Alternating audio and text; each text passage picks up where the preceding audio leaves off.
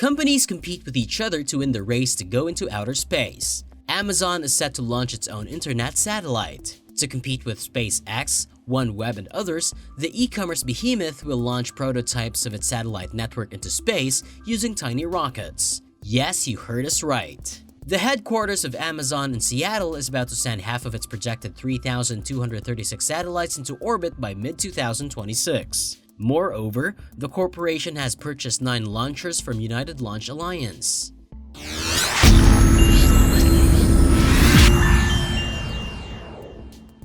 Amazon announced recently that the first 2 prototype satellites from Project Kuiper, the e-commerce giant's internet from space effort, will launch in the 4th quarter of 2022. That will formally begin its battle for providing high-speed internet connections to clients from low Earth orbit, alongside SpaceX, Elon Musk's space venture, and OneWeb, among others. It will also serve as a critical design test for the satellites before the business launches thousands more into space.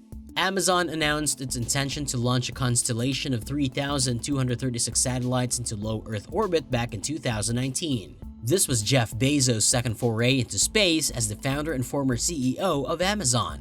A few other corporations are also rushing to provide high-speed internet to governments, other businesses, and consumers in remote areas who are handicapped by the digital divide. Amazon, like SpaceX, expects to invest $10 billion in the project, which is part of its gadgets division. However, it has taken longer to get off the ground than SpaceX, whose Falcon 9 rockets have launched roughly 2,000 internet-bearing satellites into orbit for its own Starlink business. Thousands of consumers are trialing SpaceX service, which costs $99 per month and includes $499 antenna kits. Amazon introduced the customer antenna design in 2020 and has been ground testing prototype satellites for years.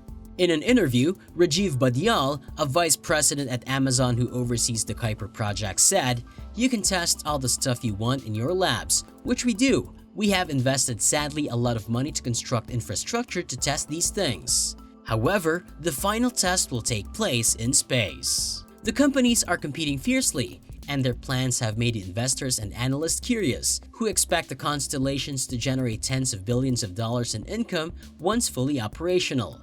However, space safety advocates who fear satellite collisions adding to orbital pollution, astronomers whose ground-based telescope observations of the night sky could be disrupted by the satellites, and dark skies advocates who fear light pollution from sunlight reflecting from the constellations have all criticized the plans. Approval from authorities. Amazon's network was approved by the Federal Communications Commission, which oversees satellite communications to the ground in 2020, and the corporation was given a timetable to launch half of its 3,236 satellites by mid-2026. In a contract involving hundreds of millions of dollars, Amazon purchased 9 launches from the rocket business United Launch Alliance. But according to Mr. Badial, Amazon has been in talks with other launch providers, notably SpaceX, whose quick Starlink deployment is partly due to its ability to use its reusable rocket boosters for launches. The prototypes. KuiperSat-1 and KuiperSat-2, the first 2 prototype spacecraft, will launch separately on ABL Space Systems rockets, one of a handful of startups constructing smaller launch vehicles to meet demand from satellite firms. Because the market for smaller rockets designed to deliver payloads to space swiftly and economically is crowded, ABL's Amazon contract, which covers up to 5 launches on ABL's RS-1 rocket from Cape Canaveral, Florida, is a win. In an interview, Harry O'Hanley, ABL's chief executive, said the selection process was a lengthy, grueling, tough one that included several days of lifting the hood and seeing what's underneath. He added, "I'd say they went as far, if not further, than any company we've ever seen." For the first time in Amazon's Kuiper program, the pair of Amazon prototype satellites will test internet connections between orbit and the company's flat, square antennas for consumers on the ground. Parts of South America, the Asia-Pacific area, and Central Texas will be tested. Drones equipped with satellite technology were flown over ground antennas, and ground antennas were connected to other firm satellites already in orbit, drawing internet speeds fast enough to broadcast high-definition video. Pricing. Employees working on Kuiper, like those working on other aspects of Amazon's device business, are under pressure to keep prices low as they produce a final version of the company's consumer antenna. According to Mr. Badial, the company is evaluating a variety of pricing options, ranging from charging clients for the antenna and all associated wires to an extreme instance in which the antenna is given away for free. We're hyper-focused on reducing the cost down so the total cost of ownership for customers is minimal, he added, adding that the antenna design has been modified since Amazon announced it last year. When you create satellites, you don't have to count pennies, but when you build a consumer terminal, we do. The penny counting comes from Amazon's Devices division, which has produced consumer products such as Alexa smart speakers and Fire TV sticks for streaming TV. Andy Jassy, Amazon CEO, referenced the Kuiper project as an example of the company's efforts to innovate, even as it has become so huge during a conference last month. Amazon, he added, needs blind faith in its ability to work out complicated new technologies. You have to make sure that in the way that you're thinking about operating it and what the customer experience will be, that customers will adopt it and find it easy enough and appealing to use, he continued. The process behind building the prototype. SpaceX had a difficult time building the antennas, which cost them around $3,000 each before selling them for $499. According to the business president Gwynne Shotwell, the cost has since dropped below $1,500 and the company aims to lower it even more to the few $100 range over the next year or two. In discussions with FCC commissioners, Amazon has argued with SpaceX over arcane legal problems. The animosity between the two companies, which occasionally spills into the open, is tied to Mr. Bezos and Mr. Musk's broader competition over NASA and Pentagon launch contracts, which their space companies compete for. When SpaceX sought regulators to authorize a new plan to decrease the heights of its satellites earlier this year, Amazon objected, claiming that it would obstruct the company's plan to safely remove defective satellites from orbit. Mr. Musk accused Amazon of limiting competition on Twitter. SpaceX has been accused by Amazon of breaking norms that other companies are required to obey. Another problem for SpaceX and Amazon is lowering the quantity of sunlight reflected by their satellites. Astronomers have accused SpaceX's Starlink satellites of photobombing night sky surveys, spreading broad streaks of light across photos during peak celestial viewing hours. To reduce the brightness, SpaceX has tried a variety of techniques, including coating the satellites in anti-reflective paint and utilizing a so-called sunshade, a wing that works as a visor to filter out sunlight. According to Mr. Badial, one of the Kuipersat satellites set to launch next year will also include a sunshade.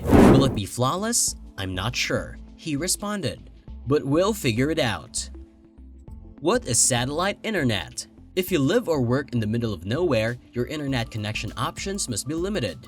Dial-up is one of these possibilities, and satellite is usually the other. Satellite internet is a wireless connection that uses 3 satellite dishes, one at the provider center, one in space, and one on your premises. Aside from the satellite dish, you'll also need a modem and wires to connect the dish to the modem.